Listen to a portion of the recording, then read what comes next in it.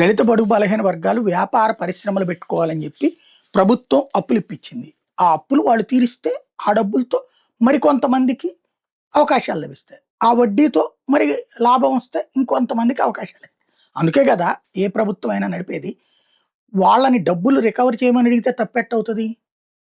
వాళ్ళ చేత బకాయిలు వసూలు చేయమని అడిగితే తప్పెట్టవుతుంది? లేదా కిస్తులు వసూలు చేయమని అడిగితే తప్పెట్టవుతుంది? కానీ వాళ్ళని రెచ్చగొట్టే వార్త సాక్షి రాసుకొచ్చింది. ఎస్సీల నుంచి రికవరీ చేయండి, కలెక్టర్లకు రాష్ట్ర ప్రభుత్వ ఆదేశం అంటూ వాళ్ళని రెచ్చగొట్టేటటువంటి ప్రయత్నాన్ని పాపం పెద్ద ఎత్తున చేస్తోంది. ఇందులో ఖచ్చితంగా వసూలు చేయమని ఆదేశించారు వాళ్ళని అన్నటువంటిది. జాతీయ దళిత ఆర్థిక సంస్థ, జాతీయ సఫాయి కర్మచారీస్ ఆర్థిక అభివృద్ధి సంస్థ పథకాల కింద ఎస్సీ కార్పొరేషన్ ద్వారా ఎస్సీల స్వయం ఉపాధి కోసం మంజూరు చేసిన రుణాలను వాళ్ళ నుంచి ముక్కు పిండి వసూలు చేయాలని రాష్ట్ర ప్రభుత్వం నిర్ణయించింది. ఇందుకోసం మండల స్థాయిలో ప్రత్యేకంగా రికవరీ బృందాలను ఏర్పాటు చేసింది. మండల స్థాయిలో రికవరీ బృందాలను ఏర్పాటు చేసి ఆ రుణాలను వసూలు చేయాలని జిల్లా యంత్రాంగాలకు ప్రభుత్వ ఆదేశాలు జారీ చేసింది. రికవరీ బృందాల పనితీరుపై దృష్టి సారించాలని కలెక్టర్ను ఆదేశించింది. కొన్ని సంవత్సరాలుగా ఎస్సీల స్వయం ఉపాధి కోసం 396 కోట్లను రుణాలుగా మంజూరు చేశారు.